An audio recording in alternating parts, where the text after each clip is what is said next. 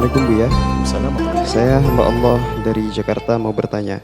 Saya was-was masalah niat sholat dan wudhu. Ketika niat sholat berbarengan dengan takbir itu terasa susah Bu ya. Padahal niat saya sudah saya pendekkan, misalnya sholat zuhur wajib. Dan satu lagi Bu ya, saya mau tanya apakah boleh kita pindah madhab dalam urusan niat? Madhab yang memperbolehkan niat sebelum takbir. Dan apakah boleh kita memakainya dalam urusan niat saja?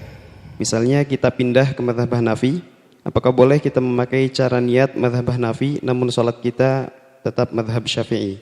Kita harus memakai semuanya Bu ya, cara niat dan sholatnya di madhab Hanafi. Mohon penjelasannya Bu ya, terima kasih. Baik, masalah niat. Sebelumnya kita bicara di dalam madhab Syafi'i.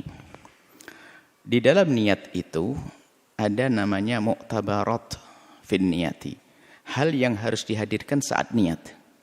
Kalau kita belajar di musola di surau dulu, niat itu kan panjang. Usolli fardhon dhuhri arba'a raka'atin mustaqbil qiblati lillahi ta'ala. Fardhon lillahi ta'ala Allahu akbar. Panjang niat itu.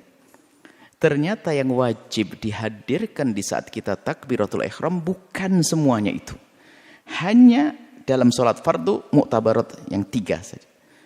Bermaksud melakukan sholat fardu, menyebut meyakini kefarduannya, dan ditentukan sholat apa, zuhur. Makanya usolli fardhu dhuhri sudah cukup. Aku ingin sholat zuhur yang fardu, selesai. Kalau sholat sunnah yang sunnah rawatib ya disebut qobliyah atau ba'diyah. Kalau sholat sunnah 2.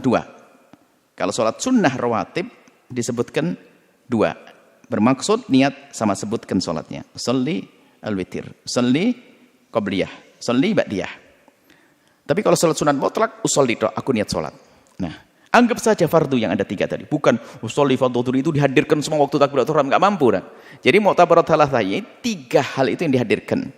Usolli fardhu dhuhri. Nah, waktu menghadirkan ini memang dalam madhab Syafi'i ini bermacam-macam. Ada yang harus dihadirkan dari awal sholat sampai akhir. Ini dipinggirkan pendapat ini. Menyiksa orang. Jadi dari awal harus ingat niatnya terus. Bisa nggak khusyuk sholatnya. Ini pendapat saya. Akhirnya ada yang mengatakan waktu dari takbiratul ihram sampai akhir. Allahu Akbar. Ingat niat semuanya. Bagaimana kita harus berzikir, menyebut nama Allah harus ingat. Makanya ini juga pendapat. Ini justru yang ini pendapat dalam mazhab Syafi'i. Yang ketiga adalah boleh mengingat niat itu di bagian daripada takbir tersebut. Di Allahnya atau barnya. Yang penting di sepanjang takbir itu dia melintaskan gitu tentang 3 niat. Allah. Diingat niat tersebut. Allahu Akbar. Nah inilah yang perlu dihadirkan dalam mazhab Syafi'i biar orang tidak salah. Diingat niat tersebut. Tidak jadi sholatnya. Kena was-was. Karena was-was itu karena kurang ilmu. Kena was-was karena kurang ilmu. Jadi dalam mazhab Syafi'i cukup kita Allah. Dia lintasan niat tersebut ada. Allahu Akbar. Adapun mengucapkan niat itu sebelum niat, sebelum takbir. Sholli fardhu dhuhri untuk menata hati. Setelah masuk takbiratul ihram, yang dihadirkan adalah 3 tadi. Allahu Akbar. Karena dia sudah kena penyakit was-was, bagaimana? Saya tetap susah. Apakah bisa ikut madhab lain? Ya boleh saja, spesial buat Anda. Ada di dalam madhab, misalnya madhab Malik. Madhab Malik, kalau madhab Malik itu boleh niatnya sebelum takbiratul ihram. Jadi waktu takbir murni, Allahu Akbar. Jadi sebelum takbiratul ihram, nggak ada masalah, jaraknya agak lama, asalkan belum berpaling dari niatnya. Misalnya, aku niat sholat duhur fardu 3 rakaat. Tidak langsung, baru Allah Akbar sah madhab Malik. Agak jaraknya. Kemudian di dalam madhab Imam Abu Hanifah dan Imam Ahmad bin Hambal, boleh sebelumnya, tapi jangan jauh-jauh jaraknya. Jadi setelah menghadirkan niat, sebelum takbiratul ihram, menghadirkan niat, baru kemudian dia mengucapkan Allahu Akbar. Anda ikut madhab Hanafi, Hambali, atau madhab Maliki, oke. Bagi Anda daripada kena was-was. Jadi hadirkan niat sebelum takbiratul ihram. Sebelum takbiratul ihram sudah niat. Yang jelas harus niat. Kalau ada kata yang nggak perlu niat, itu nggak. Ada niat, cuman cara niat. Semuanya pakai niat. Innamal a'malu binniyat. Hanya cara niat saja. Jadi boleh terpisah setelah kita niat, asalkan nggak lama-lama. Kalau madhab Dhahiri, Ibnu Hazm mengatakan harus nyambung. Antara niat dan takbiratul ihram harus nyambung. Madhab Syafi'i yang di dalam takbiratul ihram. Kalau memang modelnya Anda yang sudah kena was-was, ingat ulama hebat semuanya. Anda boleh niat dulu sebelum takbiratul ihram karena Anda punya penyakit. Kalau tidak tambah kacau. Bagi yang sehat, ikut mazhab Syafi'i seperti biasa. Bagi yang kena was-was, niat dulu. Aku ingin niat sholat duhur 4 rakaat karena Allah Ta'ala fardu. Allahu Akbar, sah. Tapi jangan tidak niat. Kalau nggak niat nggak sah. Semuanya pakai niat, cuman cara niatnya berbeda-beda. Ibadah itu gampang, jangan dipersulit ya. Jangan nyeksa orang. Sebab orang was-was nyeksa orang, apalagi jadi imam. Nggak jadi lagi. Jadi imam bikin pusing orang. Makmumnya juga begitu. Imamnya sudah mulai dari makmuman bisa marah. Makku di rumah makmuman. Ya begitu.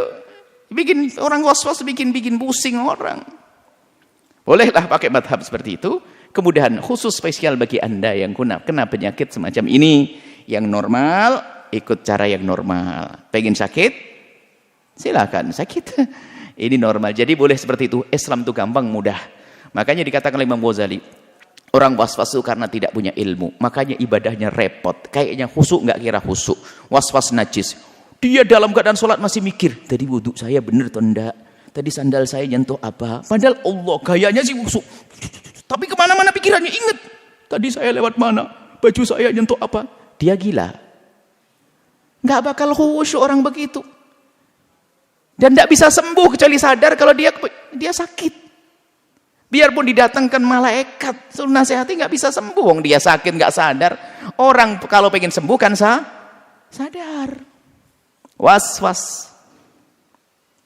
Makanya agak keras sedikit saya ngomong kepada orang was-was. Kenapa? Dia sendiri nggak bisa khusyuk dan setan senang tepuk tangan. Dan menjadikan orang ini tidak khusyuk. Dan menjadikan sujud itu bertahap sampai nanti was-was niat, was-was najis, was-was akidah. Serem banget. Semoga Allah menjaga kita, menjauhkan kita dari was-was. Wallahu a'lam bishawab. Apa Buya, untuk masalah cara sholatnya haruskah mengikuti imam? Enggak usah. Enggak usah. Itu orang alim. Kalau orang awam, kata Said Alwi As-Segaf dalam kitab Tarsyikhnya, orang awam itu ikutkan madhab apa saja. Namanya orang awam. Kita ini awam. Ikut petunjuk ustadz, selesai. Nggak harus nanti dipaksa dengan mengikuti madhab ini dan sebagainya. Itu menyiksa. Wong yang alim saja belum tentu bisa, apalagi orang awam. Permudahlah dalam urusan ibadah. Boleh niatnya saja mengikuti madhab Malik atau madhab Hanafi Hambali atau madhabnya Imam Daud Dhahiri, madhab itu. Kemudian setelah itu Anda takbiratul ihram, ikut cara Syafi'i setelahnya. Nggak ada masalah, sah. Nggak usah, jangan dipersulit. Kami himbau kepada para asatid dan sebagainya. Untuk diri Anda, bolehlah Anda pakai pendapat yang paling berat, nomor 1. Oke, buat Anda. Tapi orang awam jangan samakan dengan Anda. Ini yang harus, hikmah itu harus ada. Jangan orang awam diperberat, dirinya sendiri malas. Kan kacau namanya. Itulah, jadi tolong dipermudah urusan ibadah semacam. Dan ini bukan ngentengkan, menghantarkan kepada kekhusyuan, karena kasusnya yang bertanya adalah tentang orang yang kena was-was. Harus diberi semacam ini. Semoga Anda yang bertanya mendapatkan pahala banyak gara-gara Anda bertanya. Kami sampaikan yang seperti ini, bermanfaat insya Allah untuk diri dan semuanya. Wallahu a'lam bishawab.